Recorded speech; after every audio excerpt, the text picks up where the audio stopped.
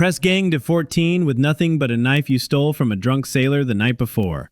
You did not choose this life. A gang of men grabbed you from a dock in Port Royal.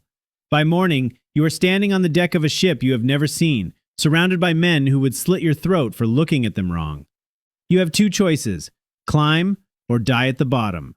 On the bright side, the bar for dying at the bottom is set extremely low out here. Your first position is powder monkey. You are somewhere between 11 and 15 years old, making you the smallest and most disposable body on the ship. During battle, your job is to carry gunpowder from the magazine deep inside the hull, up through the smoke and flying splinters to the gun crews on deck. One stray spark below deck, and the entire ship goes up with you inside it. Statistically, that makes you the ship's most flammable employee.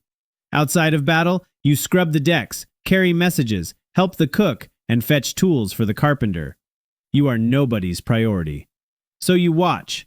You learn who gives the orders, who actually controls the ship, and who is one bad day away from starting a mutiny. That is the first thing you understand. On this ship, information is worth more than muscle. Muscle just gets you sent below deck with the gunpowder. Eventually, you survive your first boarding action. Not because you fought well, but because you did not freeze. Out here, that counts as a personality trait. Now you are a deckhand, an ordinary seaman. You haul lines, repair sails, and climb through the rigging in weather that would kill a man who does not know what he is doing. There is no formal rank structure among the ordinary crew, but everyone aboard knows exactly where everyone else stands. You can tell by how they are treated. During a storm, someone shoves you toward a wave-soaked line to see whether you will go over the side. You do not. You grab the rail, plant your feet, and keep hauling. That is when the older sailors stop laughing at you. Mostly because laughing requires energy they would rather spend not drowning. Then the master gunner notices you. Maybe he sees potential. Maybe he is simply tired of losing boys to bad aim and worse discipline. Either way, he begins teaching you. Firing a cannon is one of the most dangerous jobs aboard the ship. Use too much powder, light a bad fuse, or aim poorly, and the gun can kill your own crew before it ever touches the enemy. You learn to load, pack, aim, and fire without hesitation. Hesitation gets people killed, and paperwork is not really a thing here. For the first time, you are trusted with something important. You have access to the powder. You have a station during every fight. You have a say in whether the ship survives a broadside exchange. During your first real battle as a gunner, an enemy sloop closes in fast. The quartermaster screams the order. You do not flinch. You fire.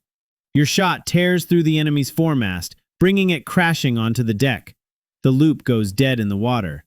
That is when the crew begins saying your name before a fight instead of after one.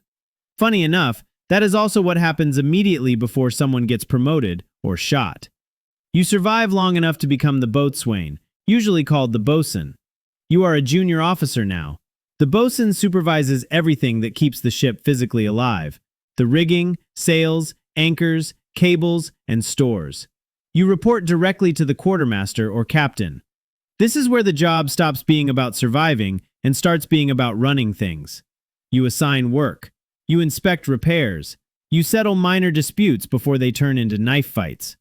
That is a wildly specific skill to put on a resume that does not exist. Then one night, a crew member accuses you of stealing supplies. The accusation was planted by a man who wants your position. You call for a vote in front of the entire crew. Reputation is currency aboard a pirate ship, and you have spent years earning yours. You win the vote. Your accuser does not survive the voyage. It turns out that losing a vote on a pirate ship comes with considerably worse severance terms than losing one at a normal job. Your next position is quartermaster. On most pirate ships, the quartermaster is second in command and often holds more authority over the crew's daily life than the captain.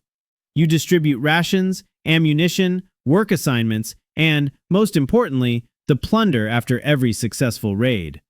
Every man aboard now depends on you being fair. An unfair quartermaster gets voted out, or worse. Somehow, the world's most violent workplace still operates using performance reviews. You also hold real command authority. Outside of battle, the quartermaster can challenge or override the captain's decisions. The crew elects both positions by vote. You have gone from a frightened boy who could not be trusted near a lit match to the man who decides who eats first and who receives the largest share of gold. The captain notices. So does everyone circling his chair. Most of them are carrying knives. Eventually, the vote happens the way it always does. The entire crew gathers on deck. Names are proposed. Whoever wins the room wins the ship. Your name goes forward. So does the old captain's.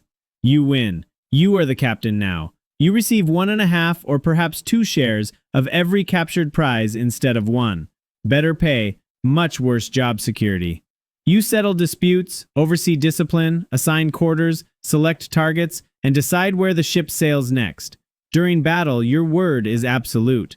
But even then, the quartermaster or a majority of the crew can turn against you. It is the best title aboard the ship, with the shortest expected tenure.